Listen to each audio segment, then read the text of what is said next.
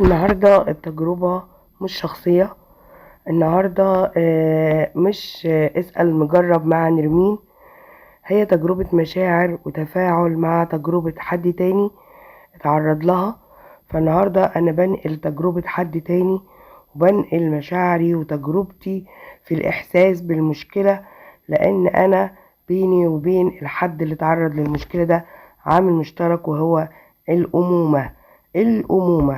يلا بينا نشوف الفيديو. اهلا بيكم فيديو جديد. النهاردة الفيديو مختلف. ما حبيتش ان انا اظهر، قلت يعني ايه اخليه كده في الهواء الطلق علشان نتقبل الكلام اللي انا هقوله. لان بصراحة اللي انا هقوله ده مفيش تستحمل ده. مفيش تقدر تسمع اللي بنسمعه اليومين دول. بصراحة مأساة وقلبي وجعني بجد. يعني ايه، انا بقيت في زمن بخاف على الولد اكتر من البنت.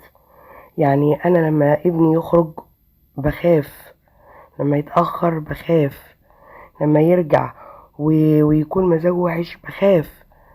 يعني ايه يا جماعة؟ يعني احنا زمان تربينا ان البنت، احنا بنخاف على البنت لان البنت ضعيفة، والبنت كمان معلش يعني لها طبيعة خاصة، فكلنا بنخاف عليها. بنخاف تتأخر، بنخاف حد يأذيها، بنقعد نحافظ على البنوتة كده لغاية ما ربنا يكرمها بابن الحلال أو بزوج صالح ياخدها كده لبيته، وتبدأ حياتها الأسرية الجديدة، وبدورها تخلف وبرضه تخاف على ولادها وهكذا. طيب احنا نعمل ايه؟ نحمي ولادنا ازاي؟ يعني احنا منفتحين قوي على الدنيا بسبب موبايلات، وبسبب ولاد ثقافتهم بقت اكبر من سنهم بكتير، وبسبب حاجات بتتشاف على النت بتخلق انسان مريض.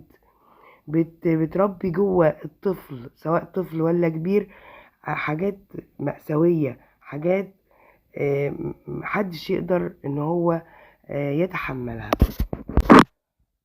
ادخل في الموضوع الاساسي اللي انا طالعه النهارده اتكلم فيه. ناخد بالنا من ولادنا يا جماعه، ونركز قوي قوي قوي قوي. نركز في التفاصيل، في تفاصيل التفاصيل في ولادنا.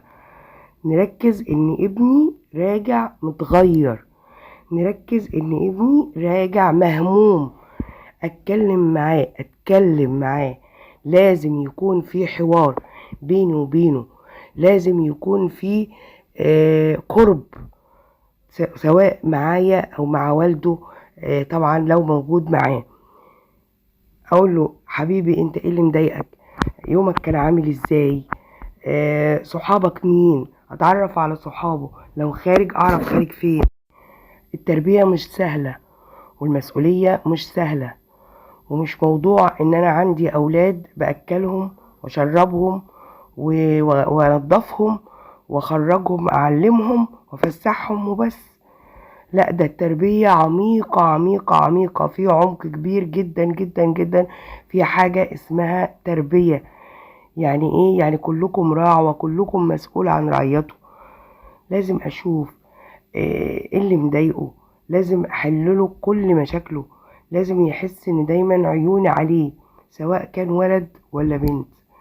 على الاقل انا بقدر اتحكم في البنت، وربنا يبارك لنا في بناتنا وفي ولادنا جميعا. بس هو مفيش فرق، احنا لازم نهتم بالاتنين ونركز مع الاتنين ونشوف صحبة الاتنين. يعني نشوف هما مصاحبين مين، هما بيخرجوا مع مين. لان بصراحة اللي بسمعه ده يعني ما عادش بصراحة ان الواحد يعني يسكت عليه.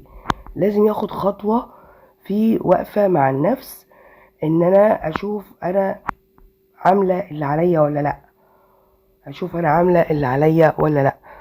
لان الحاجات اللي بنسمعها دي يا جماعة وانتشارها برضو ده بيعتبر نشر للمشاكل دي، ولفت للانتباه ان اللي ما بتعملش كده اعمل.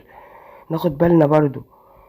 النقطة اللي انا يعني يعني بحيي فيها بيها الاعلام، وبحيي بيها الناس كلها اللي اتكلموا في الموضوع، الحمد لله ان الولد ما ظهرش، الحمد لله. ان شاء الله ان شاء الله يتعافى، وان شاء الله ان شاء الله يرجع لصحته النفسية من جديد. ونصيحتي لأي أم حصل عند ابنها مشكلة شبيهة أو أي مشكلة مأثرة على نفسيته، ياريت تتابعه وتعالجه وتستعيد نفسيته من أول وجديد. معلش الفيديو بتاع النهاردة كان مؤثر شوية، لأن بأمانة أنا قلبي موجوع بأمانة، ومش قادرة أتحمل تفاصيل بتتحكي عن موضوع الولد والمدرسة والكلام ده. أنا مش قادرة أتحمل. مفيش أم تقدر تسمع الكلام ده يا جماعة، مفيش أم تقدر تستوعب ده، مفيش أم طبيعية تقدر تستوعب ده.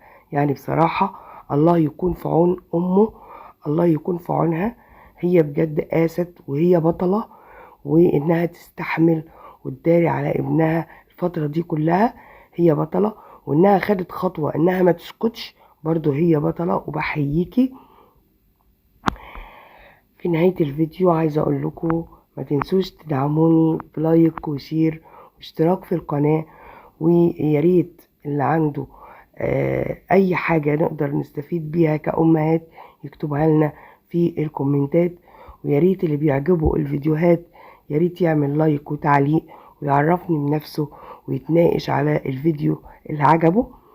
عايزة أقرب لكم أكتر، لان انا بحبكم جدا جدا جدا جدا.